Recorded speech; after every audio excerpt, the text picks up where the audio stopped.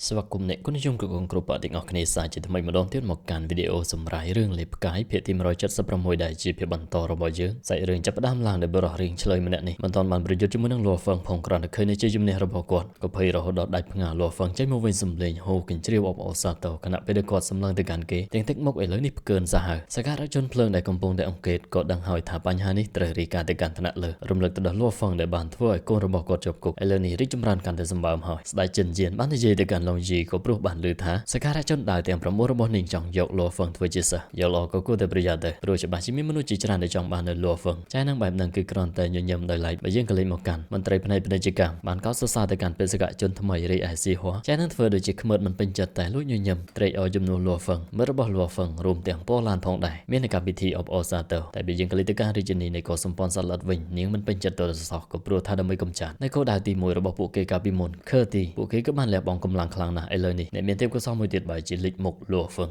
ដែលមួយនៅក្នុងចំណោម10លានសម័យកាលអ្នករាយការណ៍ប្រាប់ថាត្រឹមត្រូវហើយឬគេនិយាយថាលួហ្វឹងគឺអាចប្រៀបស្មើទៅនឹងខឺទីលើបែបនេះរាជធានីក៏បានដៅនៅឈ្មោះលួហ្វឹងធ្វើជាគោលដៅទី1ហើយនាងក៏នឹងរៀបចំនៅការបោះឆ្នោតក្នុងកោសម្ព័ន្ធដើម្បីទប់ទល់ជាមួយនឹងលួហ្វឹងត្រឹមតែអំណាចនៃអង្គភាពរបស់ពួកគេគឺមិនគ្រប់គ្រាន់នោះទេការទៅដល់ឡុងយីប្រាប់ទៅកាន់សកម្មជនដែរទាំង9ថាបើសិនជាមិនប្រញាប់នោះទេលួហ្វឹងក៏នឹងត្រូវខ្លាយទៅជាសិស្សរបស់អ្នកដទៃហើយជាជាគាត់បានរំលឹកអំពីកាលពីមុនសិស្សរបស់ម្ចាស់ក្រុងចលាចលខឺទីដែលអាចទៅដល់ត្រាស្ដេចអមតៈដោយត្រឹមតែកម្រិតកំពូលនៃ World Master តែគួរឲ្យសោកស្ដាយគេគឺត្រូវបានស្លាប់ពាក់កណ្ដាលផ្លូវចំនួនក្រោយតិចណាស់ដែលអាចប្រៀបបានជាមួយនឹងគេឥឡូវនេះពួកយើងគឺមាននៅលួហ្វឹងគឺស័ក្តិសមនៅទទួលបានការវឹកហាត់ដ៏ល្អសាច់រឿងកាត់បន្តទៅដល់លួហ្វឹងវិញជួបជាមួយនឹងគ្រូរបស់គាត់លួហ្វឹងផ្ទាត់មួយផាយស្ដេចចិនយានក៏បានប្រាប់មានសារសរុបទាំងអស់392ដែលបានអញ្ជើញលួហ្វឹងធ្វើជាសិស្សក្នុងចំណោមជើងខ្លាំងទាំងនោះតើលួហ្វឹងនឹងជ្រើសរើសយកអ្នកណាទៅលួហ្វឹងក៏បានសួរក្រែងលោកគឺជាលោកគ្រូរបស់ខ្ញុំហើយទេតាស្ដេចចិនយានក៏បានសោយក៏ព្រោះថាមានជើងខ្លាំងរូបណាដែលគ្មាននៅគ្រូច្រើននោះហើយគ្រូគឺមិនចង់ក្រុងឯងទុកនោះទេព្រមទាំងឧទ្ទេសនីមនុស្សម្នាក់ទៀតផងលួហ្វឹងសួរហើយថាគឺជាអ្នកណាទៅគាត់ក៏បានប្រាប់ម្ចាស់ក្រុងចលាចលនេះតែម្ដងលួហ្វឹងក៏បានសួរថាគឺជាសភាវៈខ្លាំងក្លាដែលបានចាត់ការជើងខ្លាំងកម្រិតអមតៈពីរនាក់ឲ្យប្រែក្លាយទៅជាផេះដោយគ្រាន់តែគិតមែនទេលួហ្វឹងក៏ធ្លាប់ស្ដាប់ឮថាគាត់រារាំងមិនឲ្យពូជពងខាងក្រៅ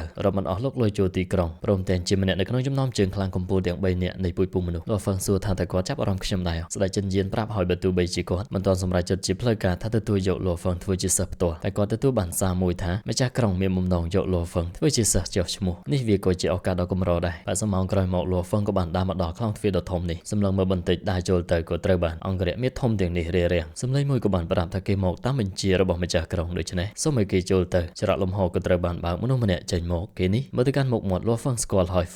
Faker ប្រាប់ថាអ្នកដទៃទៀតហៅគាត់ថាជាសក្ការៈជនគួយយី Faker គឺគ្រាន់តែជាឈ្មោះคล้ายៗតែគាត់ប្រើពេលធ្វើបេសកកម្មតែប៉ុណ្ណោះបែបនេះលួហ្វឹងក៏សួរហើយថាគាត់ជាអ្នកវិតម្លៃនៃបេសកកម្មមែនទេគាត់បានប្រាប់តែ3ដំណាក់កាលតែប៉ុណ្ណោះបើសិនជាគាត់ជាអ្នកវិតម្លៃទាំងអស់លួហ្វឹងគឺនឹងទទួលបាននូវអត្រាបញ្ចប់ខ្ពស់ជាងនេះម្យ៉ាងវិញទៀតក៏ដោយសារតែម្ចាស់ក្រុងព្រមទទួលយកឯងជាសិស្សចុះឈ្មោះហើយនោះឯងក៏អាចហៅយើងថាសិស្សច្បងទី2បានហើយលួហ្វឹងថាគឺជាសិស្សប្អូនឲ្យទៅតាមអបិនឹងក៏ប៉ុនសម្ដែងបានជួបដំបងស្មានតែមិនត្រូវជាមួយលួហ្វឹងទេតាគួយជីក៏បានប្រាប់នៅលោកគ្រូគាត់មាននៅអវតារធំចំនួន3មួយដែលត្រួតត្រានៅក្រុងចលាចលគឺជាអវតារសមរភូមិគោរបស់គាត់ហើយមិនថាបើទោះបីជាជួបជាមួយនឹងអវតារមួយណានោះទេចាំបាច់គឺត្រូវតែសម្ដែងនៅការគោរពបន្ទាប់ពីលើបែបនឹងលួហ្វឹងភ្ញាក់ផ្អើលខ្លាំងមែនទេបន្ទាប់មកពួកគេក៏បានធ្វើដំណើរនៅលើផ្លូវមួយដែលពោពេញទៅដោយពន្លឺរួចហើយក៏បានឆ្លងកាត់នៅស្អីរញ៉េរញ៉ៃជាច្រើននៅទីនេះលួហ្វឹងហាក់បីដូចជាបានឃើញនៅកែភ្នែកមួយព្រមទាំងរាងកាយរបស់គាត់គឺស្ទើរតែបែកខ្ញែកប្រលឹងប្រលះចេញពីខ្លួនចូលមកវិញលួហ្វឹងដឹងហើយថាវាជាលំហដំណាក់កាលទី8នៅទីនេះមានពណ៌ពន្លឺជាច្រើនលួហ្វឹងដឹងថាច្បាស់ជាសំណងដែលបន្សល់ពីសមរភូមិដ៏ខ្លាំងក្លាហើយ Faker ពេលនោះធ្វើការគោរពលោកគ្រូ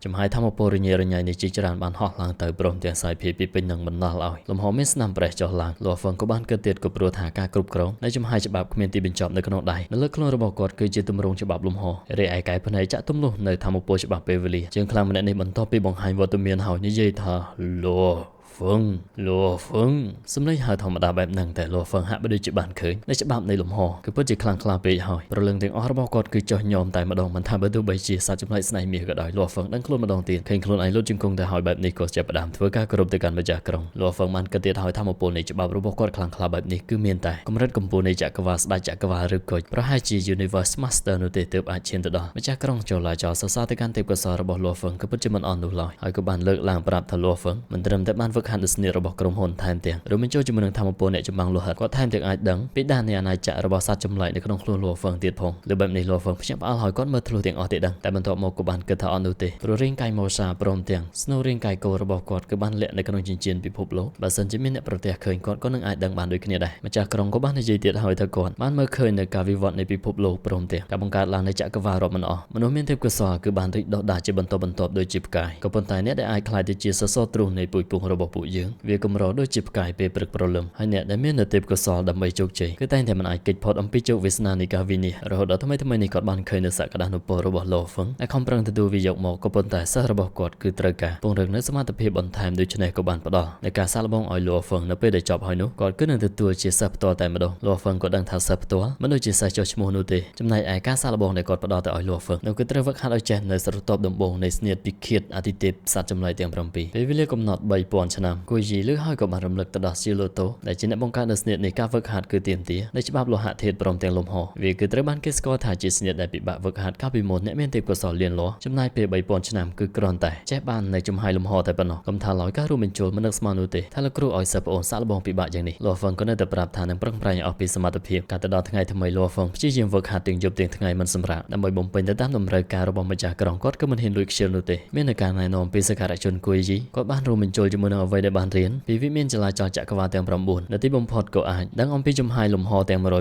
រួចហើយចាប់ផ្ដើមវឹកហាត់ស្រទាប់ទាំង36យានសិនក៏សាសមូលដ្ឋានដើម្បីចូលទៅវឹកហាត់ស្នៀតពិឃាតអាទិទេពសត្វចម្លែកហើយការរួមបញ្ចូលលោហៈធាតុជាមួយនឹងច្បាប់លំហរបស់គាត់កាន់តែយល់ដឹងស៊ីជម្រៅបន្តិចម្ដងព្រមទាំងកាន់តែយល់ដឹងអំពីអត្ថកម្បាំងនៃអាណាចក្រអាទិទេពសត្វចម្លែកប៉ាថាចេញមកនិយាយឲ្យថាលៀនលាស់ចំណាយពេល3000ឆ្នាំដើម្បីរៀនចេះនៅចំហាយលំហទាំង108តែលោហ្វឹងចំណាយត្រឹមតែ100ឆ្នាំបែបនេះដំណើរផ្លូវចូលទៅកាន់ការវឹកហាត់នៅស្នៀតទាំង7នៃអាទិទេពសត្វចម្លែកក៏កាន់តែរលូននិយាយចុះនិយាយឡើងចៃនឹងសរសើរតែខ្លួនឯងនោះទេគឺពិតជាស័ក្តិសមជាមនុស្សដែលខ្ញុំបានជ្រើសរើសធ្វើជាអ្នកបន្តវេននៃភពយិន Movement ឥឡូវនេះឲ្យលោហ្វឹងចូលរួមប្រកួត Domain Master ម្ដងក្នុងមួយសហសវត្សទៅដើម្បីបន្ធូរអារម្មណ៍ខ្លះពេលនេះយើងក៏បានឃើញនៅលោហ្វឹងប្រឈមមុខជាមួយនឹងជើងខ្លាំងម្នាក់នឹងគេបានបញ្ចេញនៅលំពេងពោពេញទៅដោយជំហាយរន្ទះនិយាយថាលោហ្វឹងក៏មើលស្រាលពួកយើងឯសោះពួកយើងក៏បានវឹកហាត់នៅក្នុងដែនដីលំហដំបូងនិយាយមិនទាន់ចប់ផងលោហ្វឹងញញឹមដើរចូលមកលន់សូទៅជ្រុចដាច់ជាពីរទៅហើយអរគុណណាស់ដែលបានណែនាំការប្រយុទ្ធជាបន្តលោហ្វឹងឥឡូវនេះគឺមិនធម្មតាដែលជាហេតុធ្វើឲ្យវូខែនេះរំភើបដល់ថ្នាក់រំជាមួយនឹងរងឈិនតែមើលទៅកាន់ភ្នែកអប៉ែនឹងលេលើចំតាក់គេបាត់ហើយលោហ្វឹងគឺបន្តឈ្នះជាបន្តជាហេតុធ្វើឲ្យស្រីស្អាតប៉ុណ្នេះម្ចាស់របស់យើងក៏ចាប់អារម្មណ៍បន្តមកក៏ចាប់ផ្ដើមប្រយុទ្ធយកជ័យជំនះទៀតហើយប៉ូឡានបានឲ្យមេដាយមួយក្រោយមកលោហ្វឹងក៏បានបដូរដៃគូបដិបត្តិដែលគាត់បានជួបទាំងអស់ម្លោះហើយម្នាក់នេះគឺមិនសុខចិត្តទៅសោះខ្ញុំបានវឹកហាត់អស់30000ឆ្នាំក៏ប៉ុន្តែគេត្រឹមតែប៉ុន្មានរយឆ្នាំមិនបានជាខ្លាំងជាងខ្ញុំឆ្ងាយដល់ថ្នាក់នេះទៅម្នាក់ទៀតយំនិយាយថារស់នៅសម័យកាលជាមួយនឹងសត្វចម្លែកម្នាក់នឹងគឺពិតជាសោកនាដកម្មពេកហើយក្រោយមកសាច់រឿងក៏បង្ហាញឲ្យឃើញនៅស្រីស្អាតប៉ុន្មានអ្នកដែលកំពុងតែរំរបាំអ្នកដែលពួកនាងកំពុងតែរំឲ្យមើលគឺជាស្ដេចយៀនជូជាប់គុក VIP គេនិយាយឲ្យបើសិនជាអ្នកទោសក្នុងគុកទី9ដឹងថាគេអាចចូលមកក្នុងចក្រវាឡនិមិត្តរៀងរាល់100ឆ្នាំម្ដងពួកគេច្បាស់ជាចរណែនដល់ស្លាប់ហើយរួចក៏បានសួរអំពីសកម្មភាពរបស់លោហ្វឹងថ្មីនេះកូនចៅរាយការណ៍គ្រប់បែបយ៉ាងបែបនេះស្ដេចយៀនជូក៏បានឲ្យពួកនាងត្រឡប់ទៅវិញរីឯគេបន្ទាប់ពីញញឹមស្រស់ក៏ប្រហែលទៅជាមុខដោយគេបាញ់ចោលទៀតហើយតែសមងក្រោយមកកាត់ទៅដល់លោហ្វឹងគាត់ក៏បានវឹកហាត់នៅក្នុងក្រុងចលាចលអស់រយៈពេល900ឆ្នាំហើយតែវាហាក់បីដូចជាមួយប្រព្រឹត្តភ្នែករីឯនៅខាងក្រៅគឺស្ទើរតែ3000ឆ្នាំត្រូវបានកន្លងផុតកំឡុងពេលនេះផែនដីកាន់តែរីកដុះដាលយ៉ាងខ្លាំងក្លានៅក្នុង Milky Way ថែមទាំងទៅកាន់ Galaxy ផ្សេងទៀតហើយជាមួយនឹងការបញ្ជាក់នៃអាណាចក្រអាទិទេពសត្វចម្លែកគាត់បានរៀនចេះនៅស្រទាប់ដំបូងនៅស្នៀតពិឃាតទាំង7របស់អាទិទេពសត្វចម្លែកហើយបើយើងមើលទៅកាន់ក្រញាំនៃសត្វចម្លែកស្នៃមាសដែលបានបញ្ចេញមកនឹងគឺពិតជាកំណាយកាយសាហាវលោហ្វឹងក៏បានប្រទះឃើញថាអាណាចក្រអាទិទេពសត្វចម្លែកព្រមទាំងច្បាប់រួមបញ្ចូលលំហនិងលោហៈធាតុគឺអាចជួយបំពេញឲ្យគ្នាទៅវិញទៅមកជាហេតុធ្វើឲ្យការវឹកហាត់របស់គាត់គឺកាន់តែមានប្រសិទ្ធភាពមើលទៅកាន់លោហ្វឹងការវឹកហាត់ក៏មានការជួយចាប់ណាស់ដែរហើយដៃដែលកំពុងតែប្រែប្រួលក៏ដឹងថាមិនធម្មតាបន្ទាប់មកគូយីក៏បានរាយការណ៍ប្រាប់ទៅកាន់លោកគ្រូរាយការណ៍ប្រាប់ថាគាត់ជួយណែនាំលោហ្វឹងរយៈពេល10ឆ្នាំម្ដងព្រមទាំងប្រទះឃើញរឿងខ្លះគឺពិតជាចម្លែកខ្លាំងណាស់ប្រាប់ទៀតថាសិស្សប្អូនលោហ្វឹងមានទេពកោសល្យដ៏អស្ចារ្យនៅក្នុងផ្លូវអាទិទេពសត្វចម្លែកល្បឿននៃការវឹកហាត់វិញក៏រឹតតែមិនធម្មតាគ្មានឧបសគ្គណាដែលរារាំងឲ្យដល់3ខែនោះទេឥឡូវនេះគឺស្ទើរតែហាត់សម្រេចនៅស្រទាប់ដំបូងនៃស្នៀតពិឃាតអាទិទេពសត្វចម្លែកទាំង7ហើយក្រោយមកមើលទៅកាន់លោហ្វឹងក៏នៅតែបន្តស្រែកខណៈពេលនោះក៏ស្រាប់តែមាននៅចំហាយនេះក្រេតមួយដូច្នេះហើយក៏បានមកជួបលោកគ្រូម្ចាស់ក្រុងក៏បានឲ្យលោហ្វឹងសម្ដែងនៅស្នៀតនោះមកកម្រើកដៃបញ្ចេញដុំមូលប្រហែលជាភពនោះជាច្រើនលោហ្វឹងទទួលបញ្ជារួចបើកែភ្នែកដល់កំណាចរបស់គាត់ដោះនៅសម្លៀកបំពាក់ចេញពេលនេះកោសិកាក៏ចាប់ផ្ដើមរត់ពីពេញនឹងព្រមទាំងផ្លាស់ប្ដូរមកវិញនៅឈុតដូចជាសុកានីរួចហើយស្រែកប្រាស់នៅក្រញាំបំបែកមេឃស្នៀតមួយនេះបញ្ចេញនៅចំហាយក្រញាំដ៏ធំខ្វាយចេញទៅធ្វើឲ្យអ្វីដែលរារាំងត្រូវបានកំទេចម្ចាស់ក្រុងចលាចលសរសើរគឺពិតជាល្អខ្លាំងណាស់គាត់ផ្ដល់ឲ្យរយៈពេល3000ឆ្នាំតែលោហ្វឹងបែរជាហាត់សម្រេចវាត្រឹមតែរយៈពេល800ឆ្នាំចុះមកចាប់ពីពេលនេះទៅឯលោហ្វឹងគឺជាសិស្សផ្ទាល់របស់យើងហើយលោហ្វឹង ធ្វើការគោរពទៅកាន់លោកគ្រូតែភាពមួយនេះម្ចាស់ក្រុងចលាចលនឹកឃើញព្រោះវាដូចទៅនឹងពេលដែលគាត់ទទួលនៅខើទីធ្វើជាសិស្សតែគួរសោកស្ដាយគេគឺត្រូវបានពូជពងសត្វចម្លើយចាត់ការបើទោះបីជាធ្វើការបញ្ច្រាស់លំហនឹងពេលវេលាក៏មិនអាចជួយសង្គ្រោះបាននោះដែររួចហើយគាត់ក៏បានឲ្យលួហ្វឹងក្រោកឡើងប្រាប់លួហ្វឹងថាគាត់មានសិស្ស32នាក់រួមទាំងលួហ្វឹងដែរក្នុងចំណោមនោះ22នាក់គឺជាសក្ការៈជនចក្រវាលចាប់ពីពេលនេះតទៅលួហ្វឹងគឺអាចប្រើប្រាស់នៃចក្រវាលនិមិត្តដើម្បីជួបគាត់នៅក្នុងវិមានលើកោះរន្ទះបានចំណែកឯនៅទីនេះវិញលួហ្វឹងត្រូវមកនៅថ្ងៃដែលគាត់ឈានទៅដល់ World Master តែប៉ុណ្ណោះវាក៏ជាថ្ងៃដែលលួហ្វឹងត្រូវចាក់ចែងពីក្រុងចលាចលចំណែកសាច់រឿងភាគទី176ក៏ត្រូវបានបញ្ចប់រឿងនេះប្លែកថាមាននៅជើងខ្លាំងរហូតតែម្ដងតាំងពីនៅលើភពផែនដីដាំឡើយយើងគិតថាហុងជាមួយនឹង Layson ខ្លាំងក្លាជាងគេតែក្រោយមកក៏មាននៅជើងខ្លាំងជាបន្តបន្ទាប់ក្នុងចក្រវាលហើយក៏មិនទាន់ដឹងថាមានជើងខ្លាំងដល់ណាដល់ណីទៀតនោះទេជាចុងក្រោយអរគុណទៅកាន់អ្នកគុណនិយមគ្រប់គ្រប់បាក់ដែលតែងតែគាំទ្រអធិស្ឋានបើសិនជាមានកំហុសខុសឆ្គងដរាបណាភ្នំមិនផ្លាស់ប្ដូរទឹកនៅទេហូជួបគ្នានៅក្នុងពិភពគុណបាយបាយ